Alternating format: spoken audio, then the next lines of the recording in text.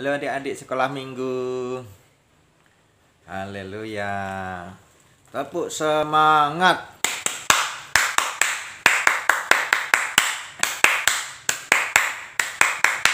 Yeay. Semangat, semangat, semangat. Saulus bertobat, itu ceritanya. Coba dengerin ya adik-adik ya. Lihat kakak sekolah minggu yang sudah punya kumis. Nah. Dari mana diambil? Dari Kisah Para Rasul. Kisah Para Rasul itu perjanjian lama atau baru? Nah, perjanjian baru yang disebut PB, yang disingkat PB. Kisah Para Rasul 9 dalam perjanjian baru di ayat 26. Itu ceritanya guys. Saulus bertobat. Petrus dan murid-murid yang lain terus memberitakan tentang Yesus. Nah, itu ceritanya. Banyak orang tidak mau lagi mendengar imam besar dan orang-orang lainnya yang memusuhi Yesus. Mereka percaya pengajaran Yesus. Ini membuat orang-orang tersebut marah. Terlebih seorang yang bernama Saulus. Dia sedang dalam perjalanan ke Damsyik untuk menangkap para pengikut Yesus, termasuk Petrus, Yohanes, Lukas itu tadi guys. Guys atau anak-anak. Terus dia sedang dalam perjalanan ke Damsyik untuk menangkap para pengikut Yesus. Dia ingin membawa mereka kembali ke Yerusalem dan memenjarakan mereka karena mengajar Tuhan Yesus. Karena mengajar untuk mencintai Tuhan Yesus. Ketika Saulus sudah hampir tiba ke Damsyik, tiba-tiba cahaya memancar. Gimana cahaya? Cahaya memancar dari langit, bukan dari tanah, ya, dari langit ya. Mengelilinginya. Ia jatuh rebah. Siapa yang jatuh adik-adik? Siapa? Saulus, betul, dapat permen.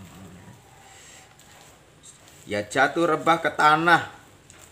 Dia mendengar suara berkata kepadanya, Saulus, Saulus. Merinding gede. Merinding gak?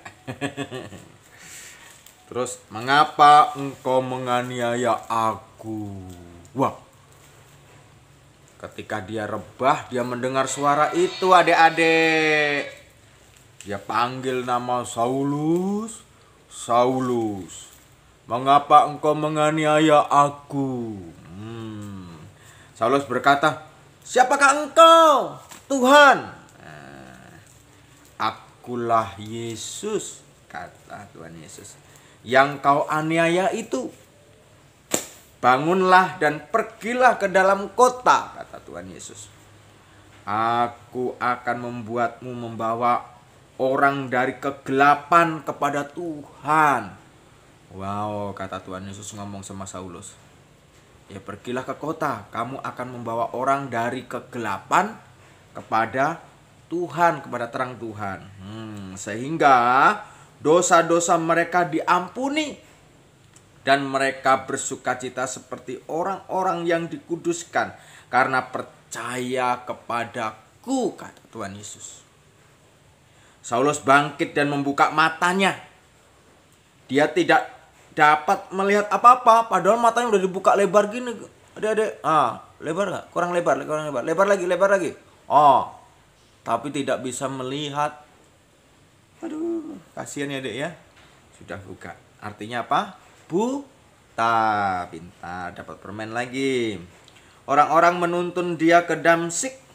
Dia tidak dapat melihat dan tidak makan atau minum apapun selama 3 hari.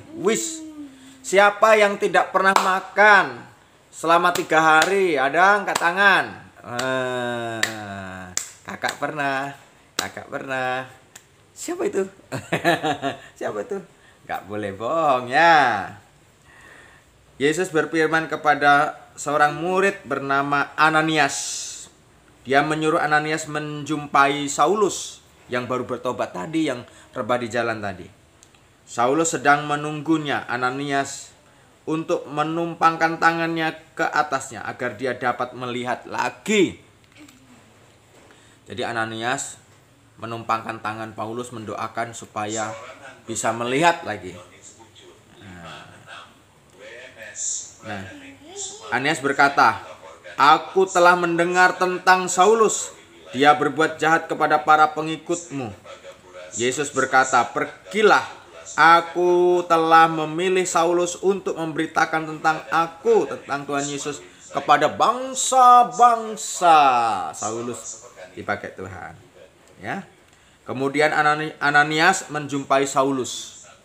Dia berkata, "Yesus telah menyuruhku datang kepadamu supaya engkau dapat melihat dan dipenuhi oleh Roh Kudus," kata Ananias kepada Saulus. Ketika itu juga Saulus dapat melihat lagi setelah didoakan. Siapa? Anani? Ya, betul, dapat permen lagi ya.